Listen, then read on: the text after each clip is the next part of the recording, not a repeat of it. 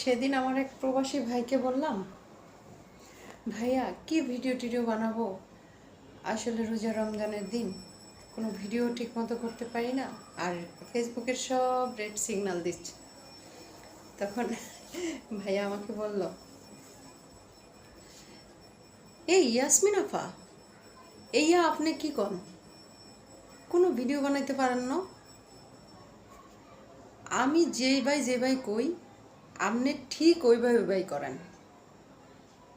আমি যেইভাবে ভিডিও বানাই আপনিও ঠিক ওইভাবে ভিডিও বানান। আপনি করবেন কি, ক্যামেরার সামনে আসবেন আর কইবেন, এই দর্শক দেখেন দেখেন আমার পিছনে কি দেখা যায় আমার পিছনে দেখেন। ওই যাইব একটা ভিডিও।